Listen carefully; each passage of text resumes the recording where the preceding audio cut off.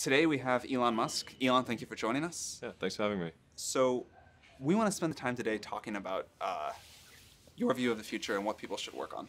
So, to start off, could you tell us, you famously said when you were younger there were 5 problems that you thought were most important for you to work on. If you were 22 today, what would the 5 problems that you would think about working on be? Well, first of all, I think if somebody is doing something that is useful to the rest of society, I think that's a good thing. Like, it doesn't have to change the world. Like, you know, if you're doing something that has high value to people, and frankly, even if it's something, if it's like just a little game, or, you know, some improvement in photo sharing or something, if it has a small amount of good for a large number of people, I think that's fine. Like, stuff doesn't need to be changed the world just to be good. But in terms of things that I think are most likely to affect the future of humanity, I think AI is probably the single biggest item in the near term that's likely to affect humanity. So it's very important that we have the advent of AI in a good way. That is something that if you could look into the crystal ball and see the future, you would like that outcome, because it is something that could go wrong, as we've talked about many times, and so we really need to make sure it goes right. That's I think AI, working on AI and making sure it's a great future. That's the most important thing I think right now, the most pressing item. Then. Obviously, anything to do with genetics, if you can actually solve genetic diseases, if you can prevent dementia or Alzheimer's or something like that, with genetic reprogramming, that would be wonderful. So I think there's genetics. It might be the sort of second most important item. I think having a high bandwidth interface to the brain, like. We're currently bandwidth limited. We have a digital tertiary self in the form of our email capabilities, like computers, phones, applications. We're effectively superhuman, but we're extremely bandwidth constrained in that interface between the cortex and your sort of that tertiary digital form of yourself. And helping solve that bandwidth constraint would be, I think, very important for the future as well. So one of the, I think, most common questions I hear ambitious young people ask is, I want to be the next Elon Musk. How do I do that? Obviously, the next Elon Musk will work on very different things than you did. But what have you done, or what did you do when you were younger that you think sort of set you up to have a big impact? Well, I think first of all, I should say that I did not expect to be involved in all these things. So the 5 things that I thought about at the time in college, so quite a long time ago, 25 years ago. Making life multiplanetary, accelerating the transition to sustainable energy, the internet, broadly speaking, and then genetics and AI. I think I didn't expect to be involved in all of those things. I actually, at the time in college, I sort of thought helping with electrification of cars was how I would start out, and that's actually what I worked on as an intern, was advanced ultracapacitors to see if they would be a breakthrough relative to batteries for energy storage in cars. And then when I came out to go to Stanford, that's what I was going to be doing my grad studies on, was working on advanced energy storage technologies for electric cars. And then I put that on hold to start an internet company in '95, because there does seem to be like a time for particular technologies when they're at a steep point in the inflection curve, and I didn't want to, do a PhD at Stanford and watch it all happen, and I wasn't entirely certain that the technology I'd be working on would actually succeed. Like, you can get a doctorate on many things that ultimately do not have a practical bearing on the world, and I wanted to. I really was just trying to be useful. That's the optimization. It's like, what can I do that would actually be useful? Do you think people that want to be useful today should get PhDs? Mostly not. So what is the best way to be Some useful? yes, but mostly not. How should someone figure out how they can be most useful? Whatever this thing is that you're trying to create, what would be the utility delta compared to the current state of the art times how many people it would affect? So that's why I think having something that makes a big difference but affects a sort of small to moderate number of people is great. As is something that makes even a small difference but affects a vast number of people, like the area under the curve. Under the curve. Yeah, exactly. The area under the curve would actually be roughly similar for those two things. So it's actually really about just trying to be useful and matter. And then when you're trying to estimate probability of success, so you say this thing will be really useful, good area under the curve. I guess to use the example of SpaceX. When you made the go decision that you were actually going to do that, this was kind of a very crazy thing at the time. Very crazy, very for sure. Crazy. Yeah, people are not shy about saying that. But I kind of agree. I agreed with them that it was quite crazy. Crazy if the objective was to achieve the best risk-adjusted return, starting a rocket company is insane. But that was not my objective. I'd simply come to the conclusion that if something didn't happen to improve rocket technology, we would be stuck on Earth forever. And the big aerospace companies had just had no interest in radical innovation. All they wanted to do was try to make their old technology slightly better every year, and in fact, sometimes it would actually get worse.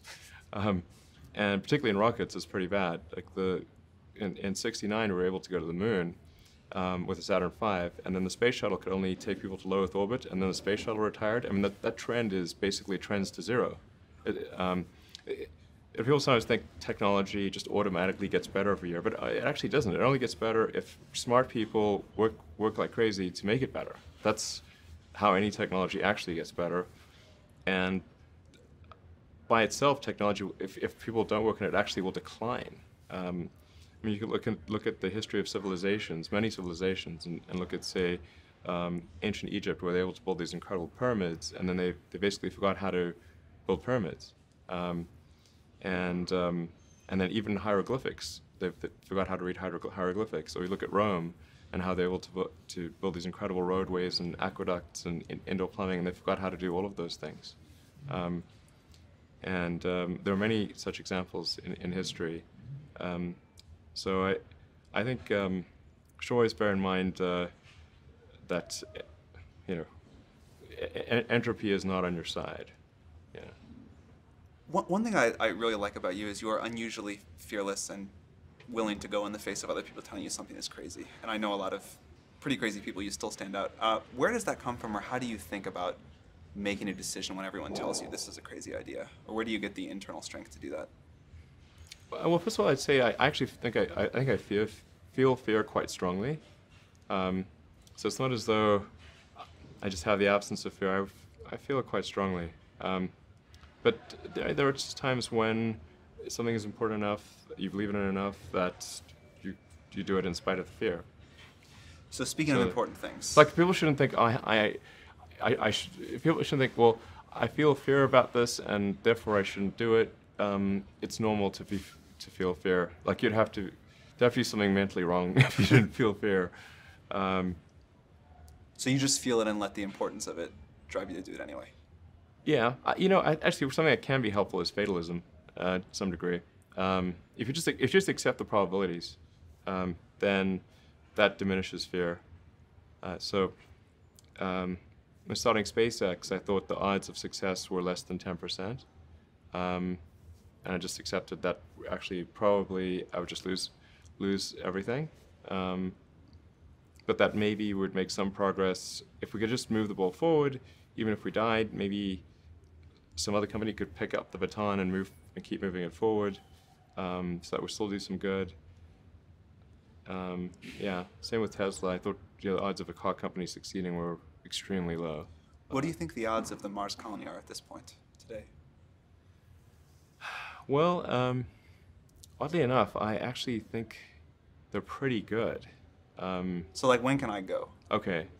At this point, I am certain there is a way. I'm certain that success is one of the possible outcomes for establishing a self-sustaining Mars colony, in fact, a growing Mars colony. I'm certain that that is possible, whereas until maybe a few years ago, I was not sure that success was even one of the possible outcomes. It's a meaningful number of people going to Mars. I think this is potentially something that can be accomplished in about 10 years, maybe sooner, maybe 9 years. I need to make sure that SpaceX doesn't die between now and then, and that I don't die, or if I do die, that someone takes over who will continue that. You shouldn't go on the first launch. Yeah, exactly. Well, Actually, the first launch will be robotic anyway, so. I want to go except for that internet latency. Yeah, the internet latency would be pretty significant. Mars is roughly 12 light minutes from the sun, and Earth is 8 light minutes, so at closest approach, Mars is 4 light minutes away. At furthest approach, is 20. A little more because you can't sort of talk directly through the sun. Speaking of really important problems, AI. So you have been outspoken about AI. Could you talk about what you think the positive future for AI looks like and how we get there? Okay, I mean, I do want to emphasize that this is not really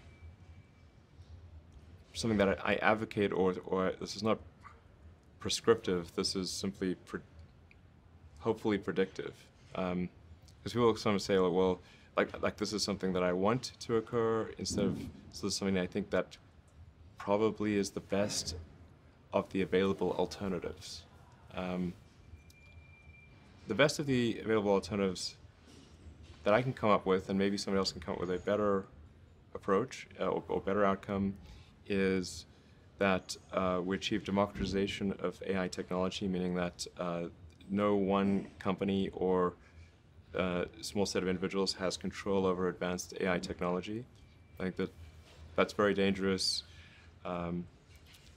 It could also get stolen by somebody bad, like some evil dictator of a country could send their intelligence agency to go steal it and gain control.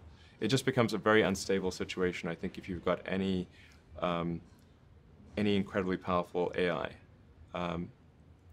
You just don't know who's going to control that. So it's not as though I think that the risk is that the AI would develop a will of its own right off the bat. I think it's more that's the concern is that someone may use it in a way that is bad, and even if they weren't going to use it in a way that's bad, that somebody could take it from them and use it in a way that's bad. That I think is quite a big danger. So I think we must have democratization of AI technology and make it widely available.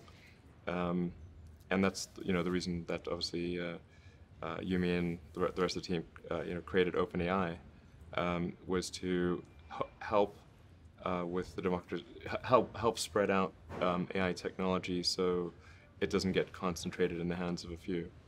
But then of course that needs to be combined with solving the high bandwidth interface to the cortex. Humans are so slow. Humans are so slow. Yes, exactly. But we already have a situation in our brain where we've got the cortex and the limbic system. And the limbic system is kind of that's the primitive brain. It's kind of like your instincts and whatnot. And then the cortex is the thinking upper part of the brain. Those two seem to work together quite well. Occasionally your cortex and limbic system may disagree, but it generally works pretty well. Generally works pretty well, and it's like rare to find someone who, I've not found someone who wishes to either get rid of their cortex or get rid of their limbic system. Very true. Yeah, that's unusual. So I think if we can effectively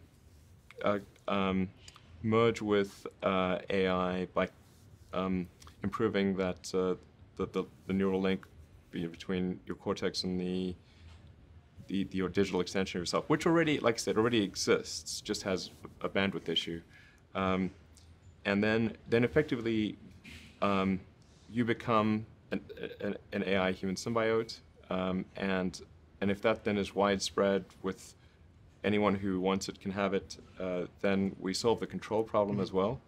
We don't have to worry about some sort of evil dictator AI, because kind of we are the AI collectively. That seems like the best outcome I can think of. So you've seen other companies in their early days that start small and get really successful. Hope I don't regret asking this on camera, but how do you think OpenAI is going as a 6-month-old company? It seems to be going pretty well. I think we've got a really talented group at OpenAI, It seems and like it. yeah, really talented team, and they're working hard. OpenAI is structured as say a 501c3 nonprofit, but many nonprofits do not have a sense of urgency. It's fine; they don't have to have a sense of urgency, but OpenAI does. Because I think people really believe in the mission. I think it's important, and it's about minimizing the risk of existential harm in the future. And so I think it's going well. I'm pretty impressed with what people are doing and the talent level. And obviously, we're always looking for great people to join who We're up believe to in the like mission. close to 40 people now. Yeah. It's going well. All right, just a few more questions before we wrap up. How do you spend your days now? Like, what do you allocate most of your time to? My time is mostly split. It's split between SpaceX and Tesla, and of course, I try to spend it's a part of every week at OpenAI. So I spend basically half a day at OpenAI most weeks, and then I have some OpenAI stuff that happens during the week. But other than that, it's really And what do you SpaceX do when and you're Tesla. at SpaceX or Tesla? Like, what does your time look like there? Yeah, so that's a good question. I think a lot of people think I must spend a lot of time with media or on businessy things, but actually almost all my time, like 80% of it, is spent on engineering and design. So it's developing next generation product. That's 80% of it. You probably don't remember this. A very long time ago, many years, you took me on a tour of SpaceX. And the most impressive thing was that you knew every detail of the rocket and every piece of engineering that went into it. And I don't think many people get that about you. Yeah, I think a lot of people think I'm kind of a business person or something, which is fine. Like, business is fine, but but really, it's like at SpaceX. Gwynne Shotwell is chief operating officer. She kind of manages legal, finance, sales, and kind of general business activity. And then my time is almost entirely with the engineering team, working on improving the Falcon 9 and the Dragon spacecraft, and developing the Mars colonial architecture. And then at Tesla, it's working on the Model 3 and some in the design studio, typically half a day a week, dealing with aesthetics and look and feel things, and then most of the rest of the week is just going through engineering of the car itself, as well as engineering of the factory. Because the biggest epiphany I've had this year is that what really matters is the machine that builds the machine, the factory, and that is at least 2 orders of magnitude harder than the vehicle itself. It's amazing to watch the robots go here and these cars just happen. Yeah. Now, this actually has a relatively low level of automation compared to what the Gigafactory will have and what Model 3 will have. What's the speed on the line of these cars? Actually, the average speed of the line is incredibly slow. It's probably about, including both X and S, it's maybe 5 centimeters per second. And what can you get to? This is very slow. Or what would you like to get to? I'm confident we can get to at least 1 meter per second, so a 20-fold increase. That would be very fast. Yeah.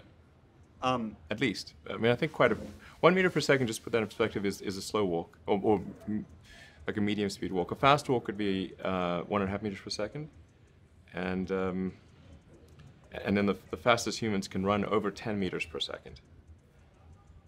So if we're only doing 0.05 meters per second, that's very slow current speed. And at 1 meter per second, you can still walk faster than the production line.